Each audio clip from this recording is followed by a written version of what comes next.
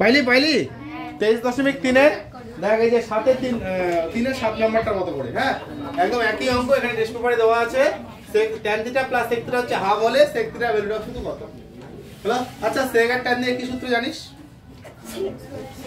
তাহলে প্রথমে যেটা দেওয়া আছে এটা দেওয়া আছে। হ্যাঁ, আমরা জানি কি জানিস? sec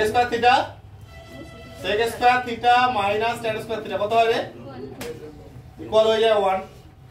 তাহলে এখান থেকে আমরা কি পাচ্ছি? দেখ sec θ প্লাস tan θ আরটা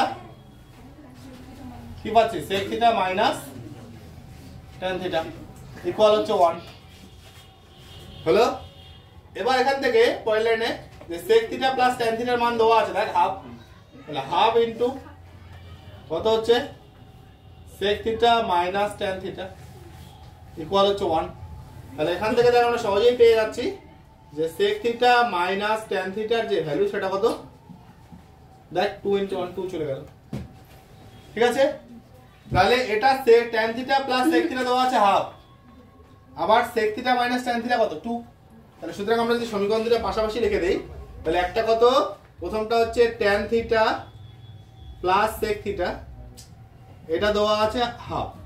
দেখ কত সহজ অঙ্ক। আর দ্বিতীয়টা কত? sec θ মাইনাস tan θ ইকুয়াল আমরা পেয়ে গেলাম 2। আচ্ছা যদি যোগ করি, একদম নরমাল অপনয়ন, দেখ যোগ করলে tan θ প্লাস মাইনাস কাটা গেল, তাহলে কি থাকলো? দেখ sec θ কতবার? তাহলে 2 sec θ কত? হাফ প্লাস 2 না, এইরকম পাচ্ছিস। তাহলে পরের লাইন এখানে কি হলো? দেখ 2 sec θ,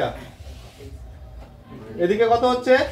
দশক হচ্ছে 2, তাহলে 1 প্লাস কত রে? 4 না, তাহলে বা 2 sec θ, 2 sec θ কত হচ্ছে? 5/2, তাহলে বা sec θ কত?